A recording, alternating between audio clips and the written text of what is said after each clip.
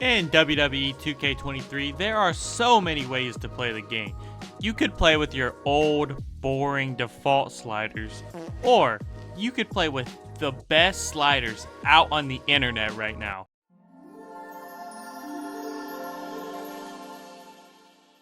And today, that is what I'm going to show you. This isn't a traditional slider video, no. This video is going to discuss the whys and more specifically, the exact reason I have my sliders set at what they are. But instead of just telling you the sliders that I've made are the best, I'm gonna show you. This video will not have all my sliders in it, but if you want to check them out for yourselves, after watching this video, stick around and I'll put that video at the end of this one.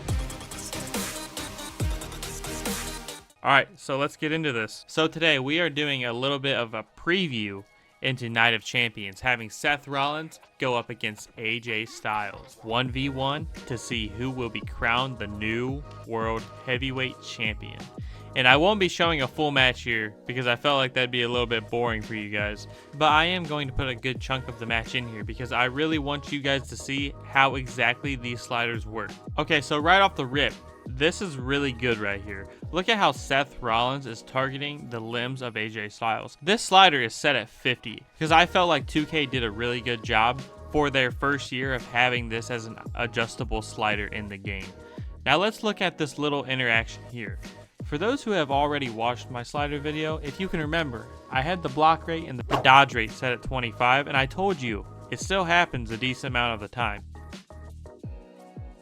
And look at Rollins miss right there. What are you doing? What is going on? What are you doing? Nothing. Me? Just hanging around. Well, can't fix everything, guys. Also, as you can see here, I did turn on the health bars for you guys. Normally I would have this off, but I do have them on so you guys can see how all the different moves affect the superstar's health. I am going to mention also that these sliders have only been tested in 1v1 normal matches. We had some comments in the last video about people asking if these sliders work for tag team matches, so I just wanted to clear the air a little bit. And see, what I really like about these sliders is the interaction between the superstars. And what I mean by that is the constant back and forth of the match, and it keeps you on edge because you never really know what's going to happen, which is where the stun duration and the stun gain come from.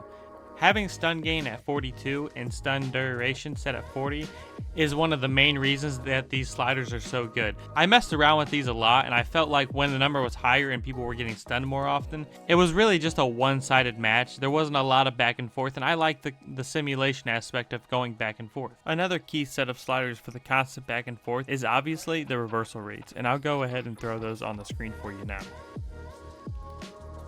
Now, another reason I enjoy these sliders is because look at AJ Styles' body damage. You can see he has a little bit of damage everywhere, and what makes these sliders unique is when you are just playing on normal sliders, what tends to happen is superstars will target only one or two areas of the body most of the time, usually being the head or the torso, just because of the simple fact that's where most of the moves do damage to. But the fact that these sliders do damage all over the body allows the matches to go on longer. Submissions take longer to work. You know, it doesn't just take 2 or 3 submission holds to finish off a match unless it's your finisher usually. So these are really unique in that way. And what a great ending with the curb stomp right there.